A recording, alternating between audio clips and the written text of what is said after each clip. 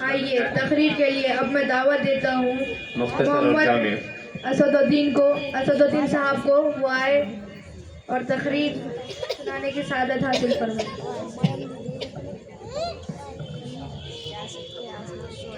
السلام علیکم ورحمۃ اللہ وبرکاتہ۔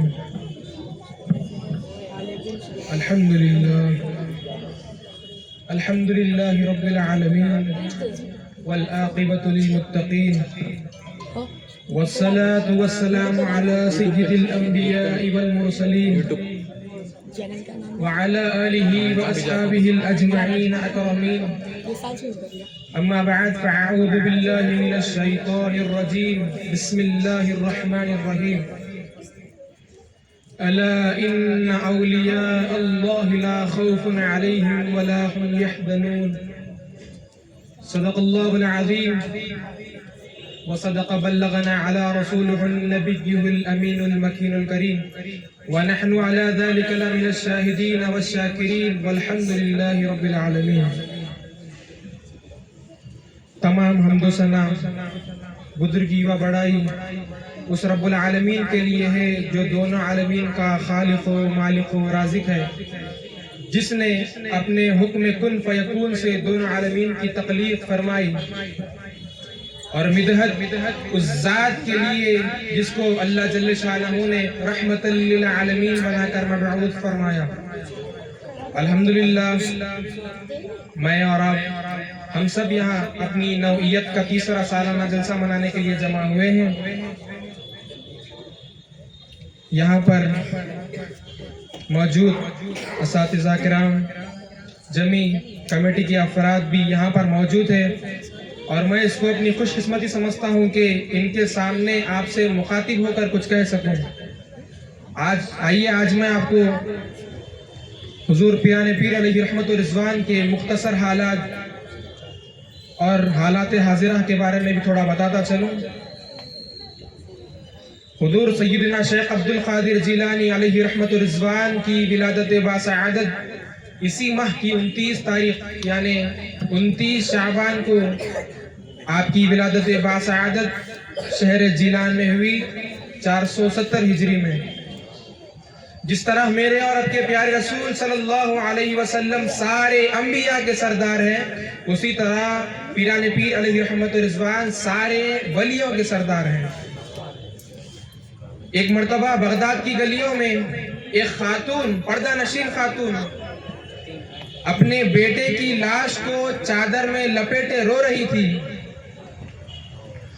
اسی وقت وہ خاتون کے پاس ایک بچہ تشریف لاتا ہے، کہتا ہے اے مائی کیوں روتی ہو؟ وہ خاتون کہتی ہے کہ میں بڑی دور سے بغداد تشریف لائی ہوں،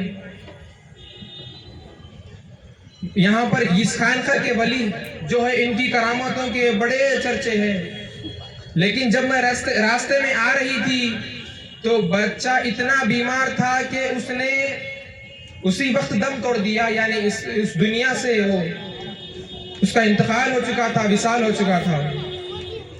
اور جب وہ اس خاتون کی عقیدت یہ تھی کہ وہ خاتون اس لاش کو لے کر خانقاہ میں ولی کے پاس آتی ہے، تو وہ بزرگ وہ خاتون کو تسلی دیتے ہیں اور واپس بھیج دیتے ہیں۔ یہ کہہ کر وہ خاتون اور رونے لگتی ہے، اور وہ بچہ جو سن رہا تھا وہ بچے کے دل میں تکلیف محسوس ہوتی ہے۔ وہ بچہ کہتا ہے اے مائی، بس اتنی سی بات کے لیے روتی ہے، اے مائی چادر اٹھا کر تو دیکھ، تیرا بچہ تو زندہ ہے، حرکت کر رہا ہے۔ بس اتنا سننا تھا۔ وہ عورت نے چادر اٹھائی تو کیا دیکھتی ہے؟ جو بچہ کچھ لمحات پہلے موت کی نیند سو رہا تھا، جس کو لوگوں نے مردہ قرار دے دیا تھا، وہ بچہ کھیلنے میں مشغول ہو چکا ہے۔ اسی وقت وہ خانقاہ کے ولی باہر تشریف لاتے ہیں اور کیا دیکھتے ہیں؟ اس بچے کو جب وہ زندہ دیکھتے ہیں تو وہ سارا معاملہ سمجھ جاتے ہیں۔ وہ اپنی لاٹھی اٹھا کر اس بچے کے پیچھے پیچھے بھاگنے لگتے ہیں۔ وہ بچہ بھی آگے آگے بھاگ رہا ہے، یہ ولی بھی پیچھے پیچھے بھاگ رہے ہیں۔ وہ بچہ مڑ کر قبرستان کی طرف چلا جاتا ہے، وہ ولی بھی قبرستان کی طرف جاتے ہیں۔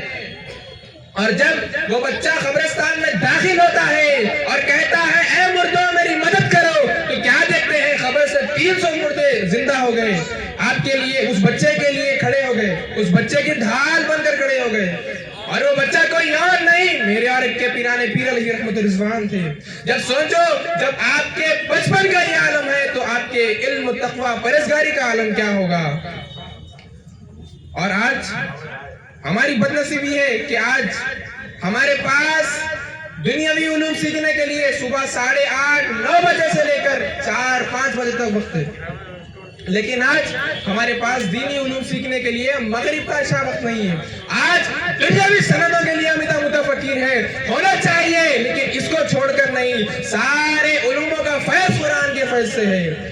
اگر یہ فیض نہیں تو کوئی فیض نہیں، اگر یہ عقیدت، یہ محبت نہیں تو کوئی محبت کام آنے والی نہیں ہے۔ اور آج ہمارے گھروں کا ماحول بھی یہ ہو چکا ہے۔ آج جو بچہ، جس بچے کا ذہن اچھا ہو، آج ہم اسے دینی علوم کی طرف روانہ کرتے، دنیاوی علوم کی طرف روانہ کرتے ہیں، اور جو بچہ کن ذہن ہو، آج ہم اسے دین کے لیے چن لیتے ہیں۔ لیکن میرے مصطفیٰ کا کرم یہ ہے کہ وہ کن ذہن بچہ بھی اللہ کے قرآن کا حافظ بن جاتا ہے۔ میرے مصطفیٰ کا آج بھی کرم یہ ہے کہ وہ بچے کو، وہ کن ذہن کو بھی وہ اپنی شریعت کا محافظ بنا دیتے ہیں۔ یہ مصطفیٰ کا کرم ہے۔ اور آپ کی دینی جو دنیاوی علوم آپ سیکھ رہے ہیں نا، آپ اس کا کہاں تک کام میں آتا؟ جب تک آپ کا جسم اور روح آپ ہے، جب تک یہ آپ کی پڑھائی کام میں آتی ہے۔ جب آپ کا جسم اور روح کا رشتہ منقطع ہو جائے، آپ کا وصال ہو جائے، انتقال ہو جائے، تو آپ کے دنیاوی علوم ادھر اور آپ کہیں اور ہوں گے۔ لیکن دین ہمیں دنیا آخرت دونوں جگہ کام آنے والا ہے۔ دنیا آخرت دونوں میں کام آنے والا ہے۔ اور دنیا میں اگر ہم کچھ پڑھ کر نوکری بھی کریں نا تو ایک عمر طے رہتی، اس کے بعد ریٹائرمنٹ ملتا۔ لیکن جب آپ کو دینی علوم میں مقامات دیے جاتے ہیں تو آپ سے وہ مقامات کبھی چھینے نہیں جاتے۔ اس لیے رب قرآن میں فرما رہا ہے وَالْآخِرَةُ خَيْرٌ وَأَبْقَىٰ، آخرت بہتر ہے اور باقی رہنے والی چیز ہے۔ لیکن آج دنیا کو صرف رب نے امتحان کے لیے مقرر کیا۔ آج ہم دنیاوی امتحانات کے لیے کتنے تیاریاں کرتے ہیں، لیکن جائزہ لیں ہم کتنا ہم خبر کے امتحان کے لیے تیاری کر رہے ہیں، کتنی تیاریاں ہماری خبر کے لیے ہے۔ آج ہم جو کچھ کماتے جماتے سب یہی رکھنے جانا ہے، جانا خبر میں ہی ہے۔ تو کہنے کا مقصد اتنا ہی ہے کہ جتنا ہم دنیاوی علوم کو آگے بڑھا رہے ہیں، سب گھروں میں ہر بچے اسکول جاتے ہیں، لیکن دینی اور آج کل کے لوگ دینی طلبہ کو نیچی نظر سے دیکھنے لگتے ہیں۔ سنو لوگوں، یہ وہ طلبہ ہیں جن کو طالبان علوم نبویہ کہا جاتا ہے۔ یہ وہ بچے ہیں جن کے لیے بلوں میں رہنے والی چونٹیاں ان کے حق میں دعا کرتی ہے۔ یہ وہ طلبہ ہیں جن کے لیے سمندر میں رہنے والی مچھلیاں ان کے حق میں دعا کرتی ہے۔ یہ وہ بچے ہیں جن کے قدموں کے نیچے ملائکہ اپنے قدموں پر بچھاتے ہیں، اور یہ وہ بچے ہیں جن کو رسول اللہ کا مہمان کہا جاتا ہے۔ سبحان اللہ، سبحان اللہ۔ دینی علم کے بہت فوائد ہیں، ہمیں ضرورت ہے کہ آج ہم سیکھیں۔ حضور اکرم صلی اللہ علیہ وسلم فرماتے ہیں طلب العلم فریضۃ علی کل مسلم، علم کا حاصل کرنا ہر مسلمان مرد و عورت پر فرض ہے۔ سبحان اور اللہ۔ الحمدللہ اللہ نے ہمیں اتنے کامل اساتذہ سے نوازا ہے۔ ہم کوشش کریں کہ ہم اساتذہ سے فیضان شیخ الاسلام حاصل کریں۔ سبحان اللہ۔ تو کہنے کا مقصد اتنا ہی ہے کہ ہم بغیر ناغہ کرے انشاءاللہ مدرسے کو آئیں گے، اساتذہ سے فیضان حاصل کریں گے انشاءاللہ کریں گے۔ آخر دعوان الحمدللہ۔ سبحان اللہ، سبحان اللہ۔